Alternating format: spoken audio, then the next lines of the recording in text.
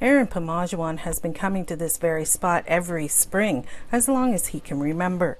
It's a special place, catching and preserving walleye, also known as pickerel in other parts of the country, is in his blood. I remember staying down here overnight under the stars by a campfire, coming down harvesting walleye and then heading back out in the day. And you know, it's something that's very dear to me because my grandfather has worked for M&R, helping out this fishery. Many from the community come to harvest walleye on the Shawanaga River. The water would be flowing much faster than it is now because of the snow melt and the spring melt.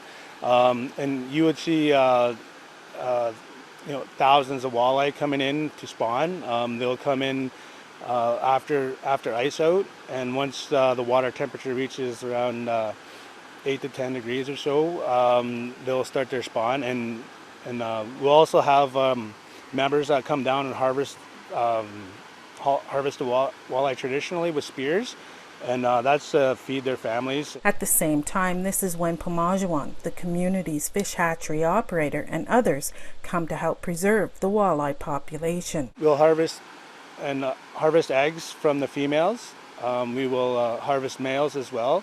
And what we'll do is we'll dry mix the eggs in a bowl and fertilize it with the milk. And once that's done, we will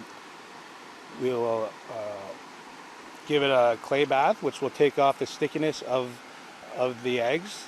When in nature they want to stick to rocks and stuff, but at the hatchery we want to make sure that they're free flowing, and so that clay bath will take that off. And then once that's done, we'll transport the eggs back to the hatchery. The hatchery is a long-running preservation program that began in the 1980s in response to the declining population of fish.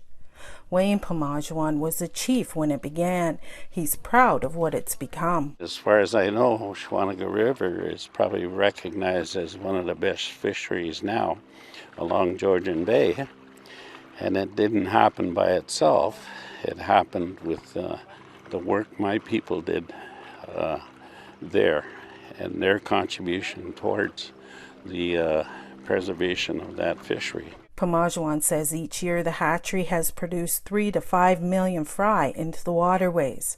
Part of that success is the community support for the program and education. Once the fry are starting to hatch in the hatchery, we'll call the school down, and I'll put little fry into little cups for them, and they put the fry back into the water.